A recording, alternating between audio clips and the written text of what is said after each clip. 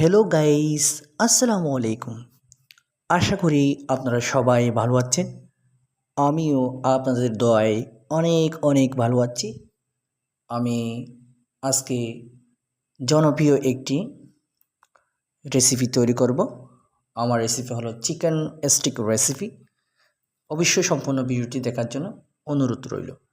প্রথমে আমি এখানে 700 গ্রাম পরিমাণ চিকেন পাতলা করে স্ল্যাশ করে কেটে নিয়েছি। এরপরে কেটে নেওয়া হচ্ছে পাতলা করে স্ল্যাশ করে একটি গাজর।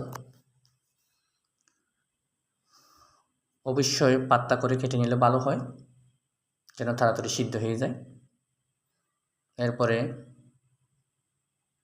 পেঁয়াজ কেটে নিচ্ছি পাতলা করে এবং মাঝখান থেকে এভাবে কুলে নিব, যেন তাড়াতাড়ি সিদ্ধ হয়ে যায় এবং মশলাগুলো ভালো করে প্রবেশ করতে পারে।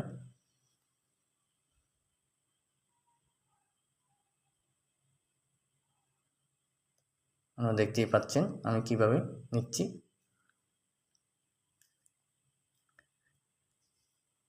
এরপরে আমি টমেটো স্ল্যাশ করে কেটে নিচ্ছি। কেটে নেওয়ার পরে আমি এই টমেটো স্ল্যাশগুলো পানিতে ভালো করে ধুয়ে দানাগুলো আঙ্গুল দিয়ে বের করে নিব।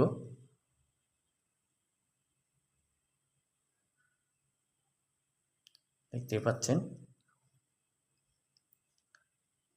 এখন একটা আলু এভাবে পাতলা করে কেটে নিব।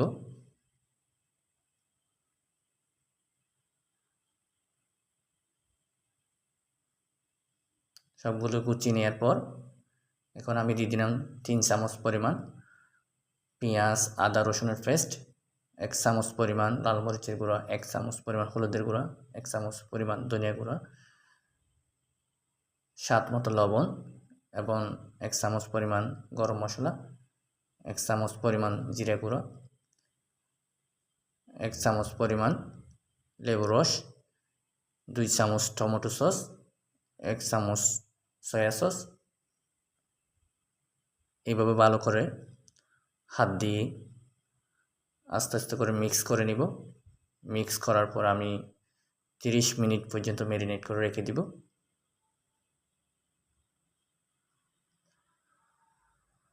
30 মিনিট পরে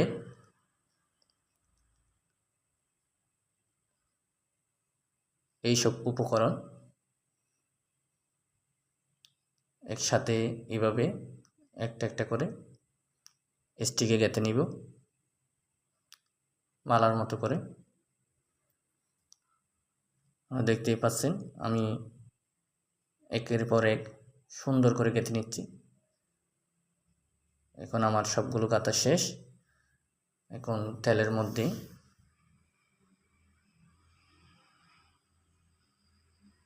ভালো করে ভেজে নিব।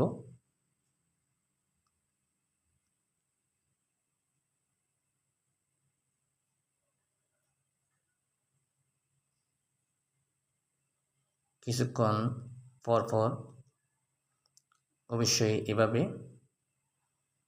উল্টে দিতে হবে,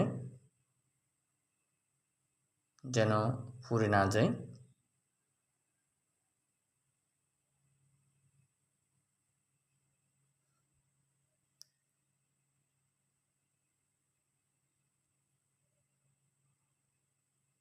আবারও দিয়ে দিলাম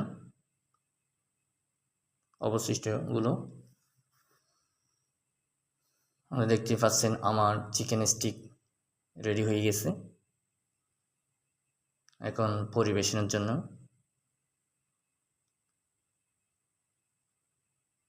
একটি প্লেটে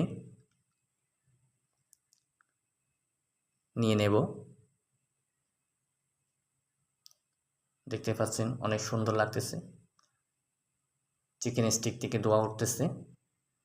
এখানে আমি স্বাদ বাড়ানোর জন্য দিয়ে দিচ্ছি টমেটো সস।